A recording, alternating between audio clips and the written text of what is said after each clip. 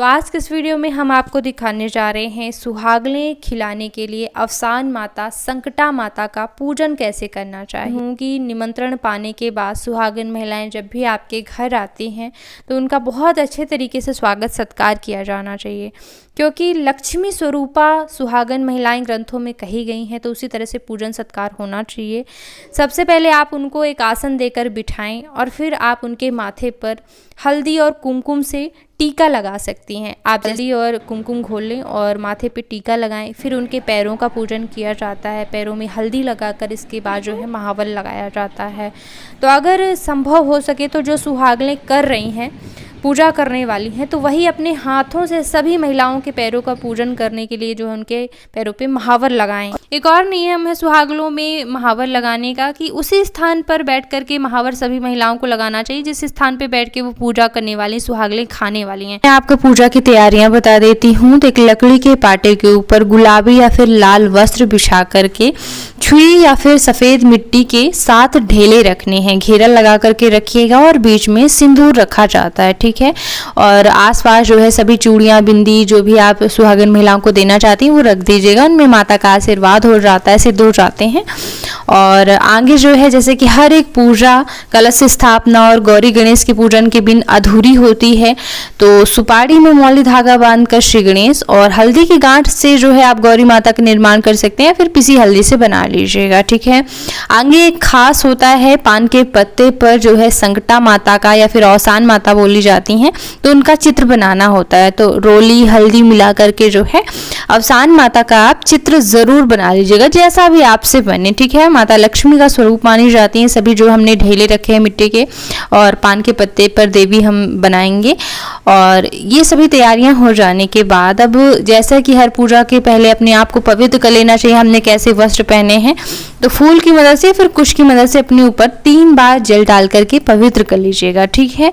इसके बाद जो है आचमन जरूर कीजिएगा। ओम केशवाय नमः, ओम माधवाय नमः, ओम नारायणाय नमः बोलते हुए जल मुख में छुआना होता है। चौथी बार आप हाथ धो लीजिएगा ओम ऋषिकेशाय नमः बोलते हुए, ठीक है।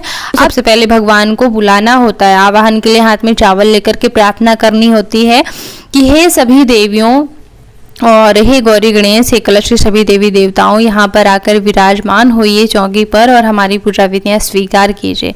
ऐसा बोलकर अलग अलग चावल फूल छोड़ना होता है। फिर पूजा शुरू करनी होती है। तो फूल से या कुश की मदद से सभी को जल अर्पित किया जाता है स्नान के लिए। और जैसे सारी चीज़ें हम अपने लिए तैयार होते हैं, नहाने के बाद वस्त्र पहनते हैं, तो भगवान को भी वस्त्र अर्पित किया जाता है। ज़रूर किया करिए, चाहे मौली धागा ही क्यों ना अर्पित करें। तो गोल गोल लपेट करके मौली धागा वस्त्र के स्वरूप अर्पित कीजिए सभी को, गौरी गणेश सहित संकटा माता को भी और देवियों को एक ही वस्त्र चाहे अर्पित कर दिया मौली धागा। और इसके बाद हल्दी चंदन कुमकुम सभी से जो है भगवान का पूजन करना है। सिंदूर अवश्य लगाना है, गणेश जी को भी प्रिय होता है, सभी देवियों को सिंदूर अवश्य लगाएं। इसके बाद जो है बिंदी चूड़ी जो भी आप रख रहे हैं श्रृंगार के लिए, तो आप सभी देवियों को जो आपने साथ विराजमान किया, अगर टाइम हो तो सभी को लगाना चाहिए एक एक करके बिंदी वगैरह सब कुछ, ठीक है। ऐसे कोशिश करें एक छोटी सी श्रृंगार पिटारी गौरी माता को ज़रूर अर्पित करें। एक डिब्बा चूड़ी संकटा माता और अवसान माता को ज़रूर चढ़ाना चाहिए, क्योंकि इसी चूड़ी के डिब्बे से एक एक चूड़ी लेकर के पूजा करने के बाद सभी महिलाएँ सुहाग लेती हैं। तो सुहाग की सामग्री अर्पित करने के बाद जो है फूल चढ़ाएं। लाल फूलों का विशेष महत्व होता है सुहागनों की पूजा में। फिर अक्षत अर्पित करें, धूप बत्ती जलाएं, धूप दिखाएं।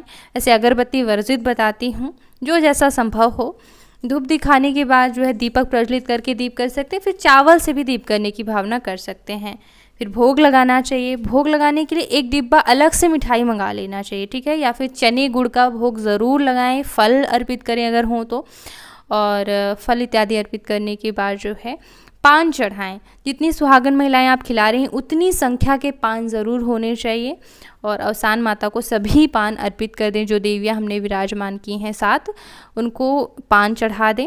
इसके बाद सभी को मिठाई बांटना चाहिए, सभी सुहागन महिलाओं को, सभी सुहागनों को आपको देना है जो भी आप मिठाइयाँ खिला रही हैं। इसमें आंचल से ही दिया जाता है और आंचल से ही लिया जाता है, तो ध्यान रखिएगा। आंचल में रख के जो कि सुहागनें खिला रही हैं वो अपने आंचल में रख करके दूसरे को दे देती हैं, सभी महिलाओं को, ठीक है। जब सभी महिलाएं ले लेती हैं मिठाइयाँ तो वो अपने हिस्से से एक एक दो दो मिठाई जो है निकाल करके और वो मुख्य महिला जिन्होंने पूजा की है, जो सुहागनें आयोजित कर रही हैं, उनको देती हैं, ठीक है। तो ये ओली देना कहलाता है। खास ध्यान रखिएगा, सभी महिलाएं एक एक मिठाई दो दो और उन महिला को दे दीजिएगा जो सुहागनें खिला रही हैं।